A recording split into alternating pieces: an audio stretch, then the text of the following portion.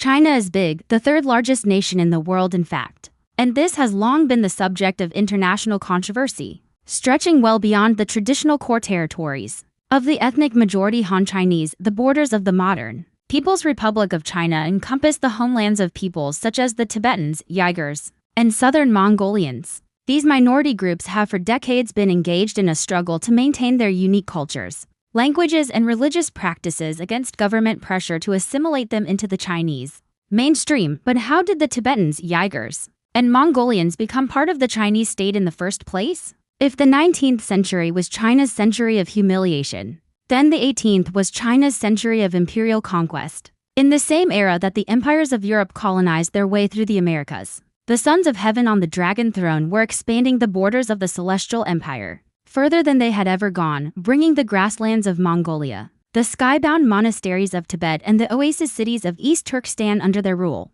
In this video, we will explore the historical origin of China's modern ethnic tensions by examining how the lands of the Uyghurs, Tibetans, and Inner Mongolians became part of China during the golden age of China's final imperial dynasty. Background of Chinese expansion emerging out of the mists of prehistory some 5,000 years ago. The traditional borders of Chinese civilization began rolling outwards from its origin point of the Yellow River Valley from the beginning of its ancient history. Throughout antiquity, numerous non-Chinese tribes on the edges of the Celestial Empire were slowly assimilated into what we know today as the Han Chinese people. This incremental advance only stopped when it reached its logical geographical limits. In the east and south it was halted by the sea and the jungle, while in the north and west it tapered off upon encountering the desolate steppes of Inner Asia. These vast landlocked regions comprised an endless sprawl of arid deserts, dry grasslands, and brittle tundra unsuitable for Chinese agriculture. Moreover,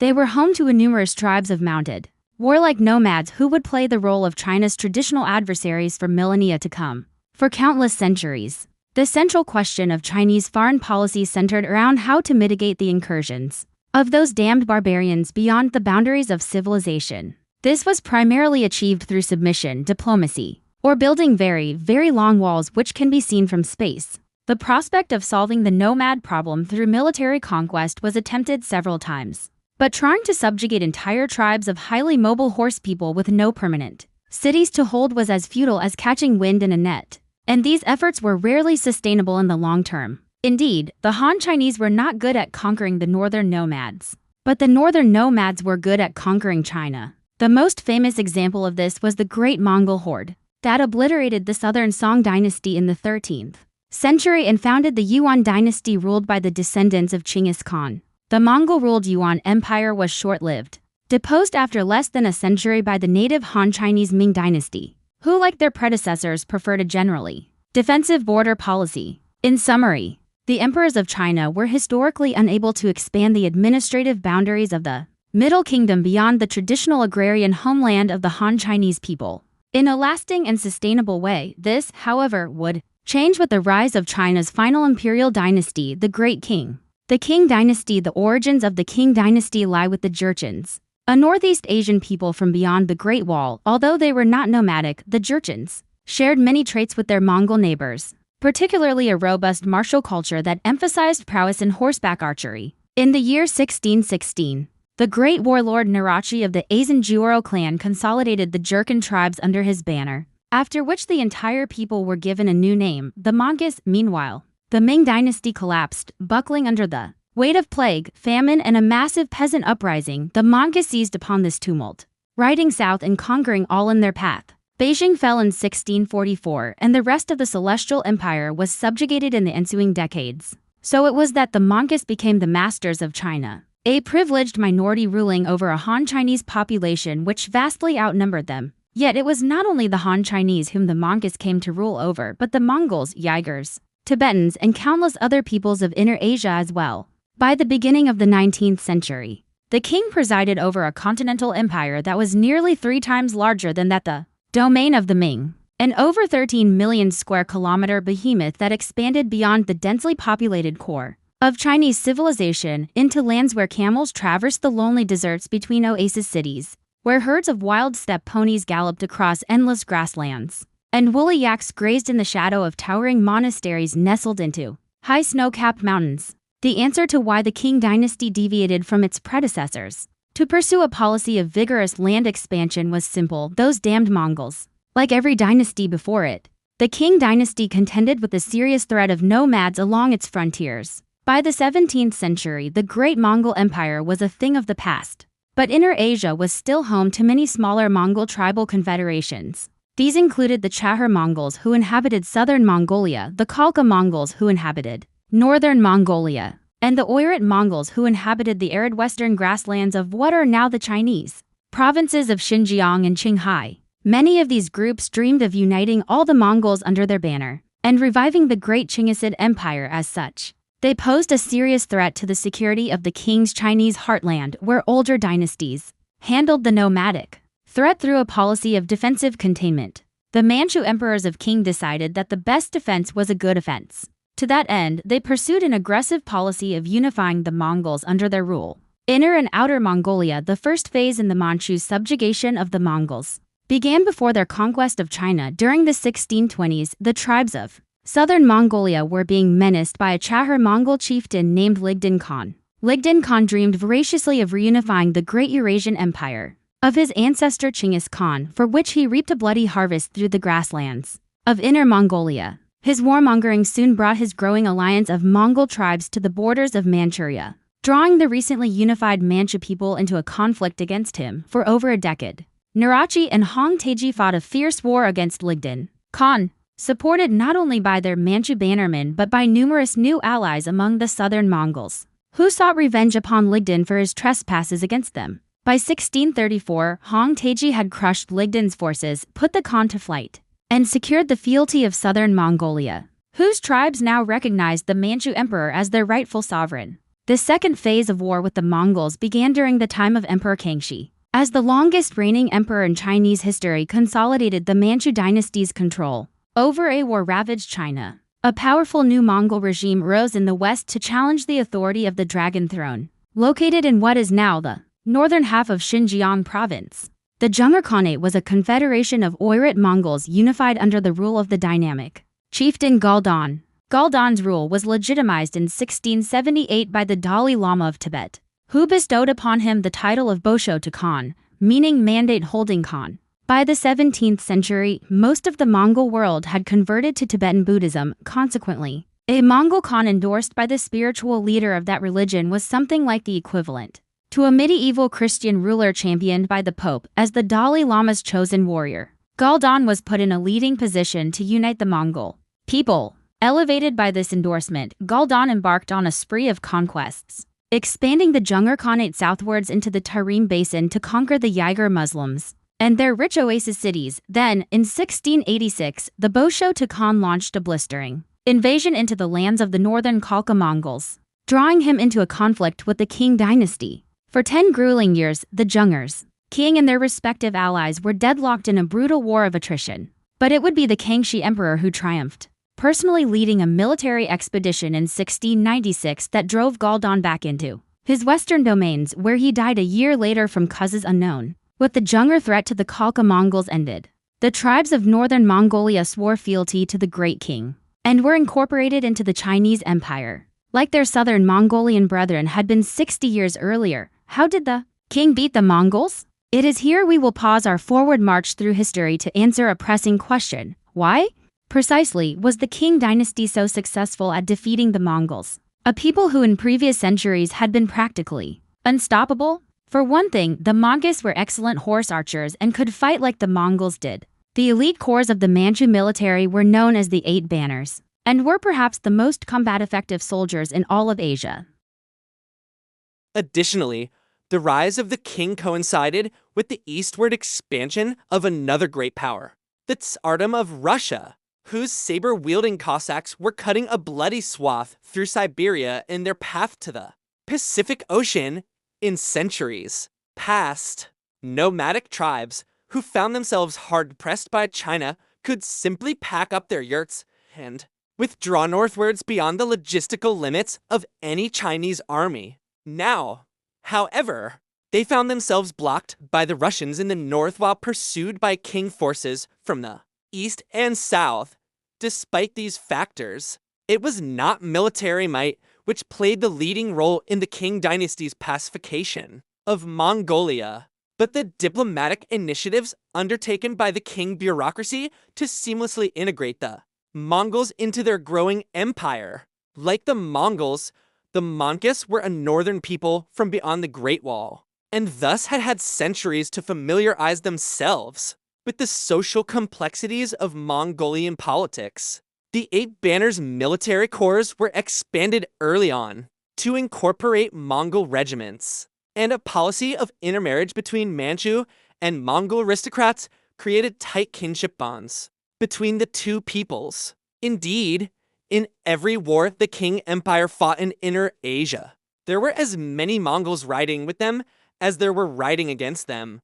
Thus, it can be argued that the key to the Qing dynasty's subjugation of the Mongols was the Mongols themselves. Tibet and Xinjiang let us now step back into the flow of time as the wars between the Zhenghe Khanate and Qing Empire shift westwards into the ancient skybound civilization of Tibet.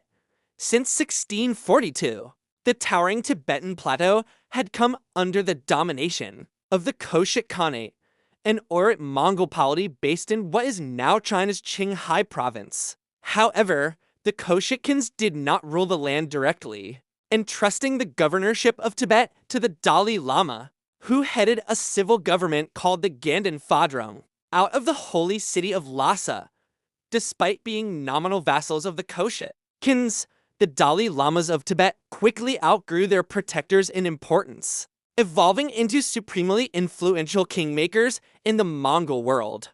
By virtue of their spiritual authority over the predominantly Buddhist Mongol tribes, since the time of Galdan, the leader of Tibet had shown favor to the Zhengherkins, and this was a major political problem for the Qing dynasty. So long as the Dalai Lama championed the Zhenghers as the leaders of the Mongol people, the loyalty of the Mongol tribes under Qing rule would always be uncertain. In 1708, the reigning Koshit ruler, Lobzang Khan, made a play to restore his dynasty's supremacy over Tibet by initiating a military coup on the pro-Zhengher Dalai Lama and replacing him with a pro-Koshit pretender. This provoked an eventual retaliation from the Zhengher Khanate, which invaded Tibet in 1717, crushing their fellow Oirat Koshats in battle and seizing control over the holy roof of the Buddhist world. The capture of Tibet by their Zhengher enemies provided the Qing dynasty with the justification to launch their own invasion. By 1724, the Qing had successfully driven the Zhenghers out of Tibet. Henceforth, the holy seat of the Dalai Lama came under the political domination of the Emperor of China. The Koshik Khanate followed suit, bringing Qinghai into the Chinese Empire as well. The end of the Zhengher century began in 1745, when the death of the Zhengher ruler Gal Dansering generated a succession crisis that plunged the Oirat Mongols into a devastating civil war. In 1755, the reigning Emperor Qianlong took advantage of the internecine chaos to go for the jugular. A 25,000-man-strong army composed of Mongolian and Manchu regiments of the Eight Banners stabbed deep into the heart of Zhengharia, melting away the scattered resistance they faced. Several Oirat tribes joined under the Qing banner, as did the Turkic Uyghurs, who had long languished under Zhengher rule. By 1758, the Zhengher Khanate had been abolished, and the homelands of the Oirat Mongols and Uyghur Muslims were conjoined and incorporated into the Qing Empire as a new territory called Xinjiang, meaning new frontier. With that, the Qing had finally eliminated their most dangerous rival in their quest to unite the Mongol nations under their rule. Nevertheless, the Qianlong Emperor wished to be certain the Zhengher Khanate could never rise again, and his solution for this was as simple as it was chilling: genocide. From 1758 onwards, Qing armies orchestrated a horrific massacre aimed at ethnically cleansing the Oirat Zhenghers in northern Xinjiang. Men, women, and children alike were cut down indiscriminately by their hundreds of thousands. exacerbated by an outbreak of disease. It is that estimated before the genocide, the Zheng'er population had numbered some 600,000. By the time the killing ended, they had been reduced to less than 200,000, with nearly 70% of their entire people put to the slaughter. Qing administration. In Inner Asia, the annexation of Xinjiang was the last major territorial acquisition of the Qing Empire. Upon its conclusion, all the Mongol peoples who lived within striking distance of the Chinese heartland were now securely integrated into the Great Qing, thereby ending the threat of nomadic incursions which had plagued the Middle Kingdom for nearly 2 millennia. In order to maintain stability within its massive multicultural empire, the Qing government utilized a dual administration system, which separated the Han Chinese inner territories from the Mongolian, Tibetan, and Uyghur outer territories. China proper was ruled directly by the Qing Emperor, who presided over a centralized bureaucratic hierarchy of scholar officials that could be appointed or dismissed at the pleasure of the imperial court. In contrast, the non-Han frontier regions were controlled indirectly, with local native rulers being handpicked to rule over their communities. On behalf of the Qing Emperor in Mongolia, these local rulers took the form of a patchwork of Mongol princes known as Jasas.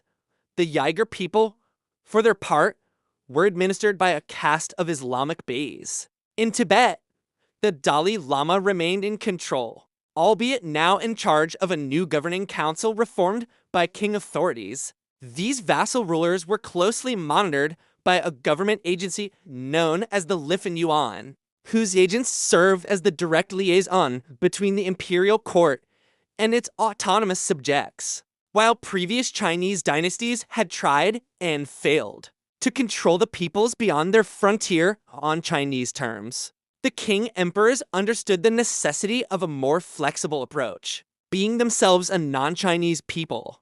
The Mongols knew that enforcing Chinese culture on their non-Han Chinese subjects was a recipe for resentment and rebellion. It was on that token that the Qing emperors wore many cultural faces, using different symbols of power and legitimacy to appeal to the different ethnicities under their rule. The ruling Manchu sovereigns presented themselves to their Han Chinese subjects in the image of the classic Chinese emperor, a studious Confucian son of heaven. Yet to the Tibetans, they posed as the pious incarnation of the Bodhisattva Manjushri. To their Turkic and Mongolian subjects, the Qing emperors portrayed themselves as the Great-Khans and emphasized the imperial Azanjiro clan's ostensible ancestral ties to the bloodline of Chinggis Khan. Over time, the Manchu elites of China became increasingly Sinicized, abandoning their own language and customs for Chinese ones. Nevertheless, the Qing emperors never lost sight of the multicultural nature of their massive domain, expounding on their ideology that they were bringing together the outer non-Han peoples, together with the inner Han people into one family united in the Qing state. Demographic shift in Inner Asia. Initially, the imperial court put tight restrictions on Han Chinese migration into the non-Han outer territories. The Han Chinese were far more populous than every other ethnicity in the Qing Empire combined. If allowed unrestricted migration into the outer territories, their sheer numbers would quickly outpopulate the Uyghurs, Mongolians, and Tibetans in their own homelands, sparking racial tensions and political instability. However, a variety of factors soon rendered the Qing Empire's anti-migration laws unenforceable. During the 18th and 19th centuries, the population of China more than doubled in size from 180 million to 430 million.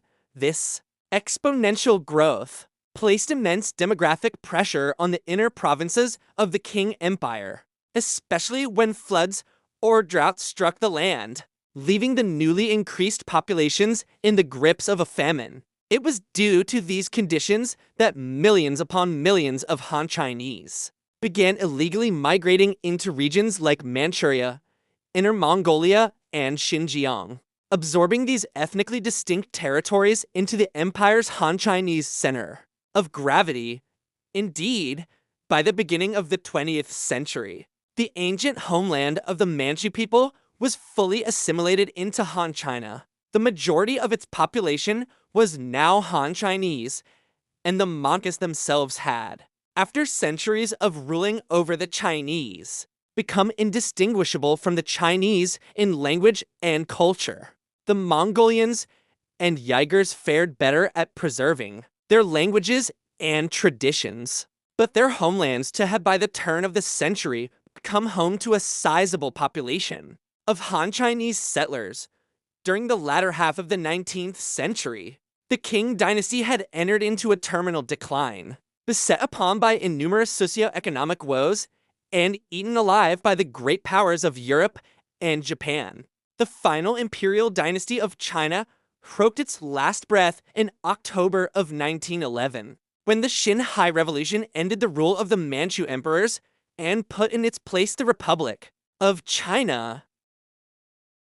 Carved up by warlords, invaded by the Japanese and plunged into a brutal civil war between communists and nationalists, China spent the first half of the 20th century in a state of perpetual chaos. Despite this, the outer territories incorporated into China during the Qing Dynasty either remained a part of or were reclaimed by China. When the dust had settled, there were some exceptions, of course. Several of the erstwhile dynasty's northern territories, including the northern parts of Manchuria, were annexed by the Russians, while the outer part of Mongolia became an independent socialist republic under the Soviet Union's umbrella of influence. Today, the modern People's Republic of China maintains control over Tibet, the Uyghur homeland of Xinjiang, and the autonomous region of Inner Mongolia. Unlike during the Qing Dynasty, when the Han Chinese were one among many subject peoples, in this massive country, they are now both the ruling caste and the dominant demographic majority, faced with increasing pressure to assimilate into mainstream Chinese culture. And increasingly marginalized in their own homelands, the future of China's Mongolian,